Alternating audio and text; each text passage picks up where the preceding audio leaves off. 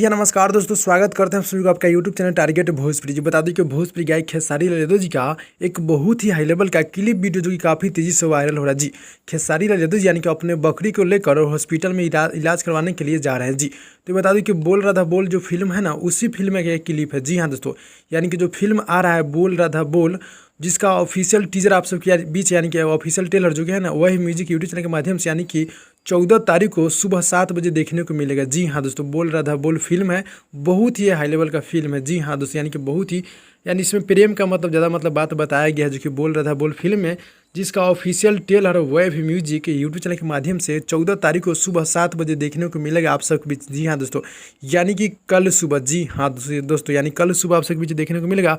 बहुत ही high level का film होने वाला है। जी हाँ दोस्तों, तो उसी में क्या है जो मतलब जो है ना शूटिंग वीडियो से काफ़ी तेज़ी से वायरल किया जा रहा है क्लिप वीडियो। ये देखकर कैसा लगा आप लोग कमेंट में कमेंट कर दीजिएगा। जी हाँ दोस्तों, तो जितने भी भाई लोग देख रहे हैं, आप लोग मेरे चैनल को सब्सक्राइब करके नोटिफिकेशन बेल आइकन को आप लोग ऑल पे कर दीजिएगा। जी हाँ दोस्तों, क्योंकि आप लोगों को इसी तरह का खबर यहाँ पे मिलते रहेगा। जी हाँ दोस्तों, तो भाई लोग मिलते हैं अगली वीडियो में, तब तक के लिए धन्यवाद।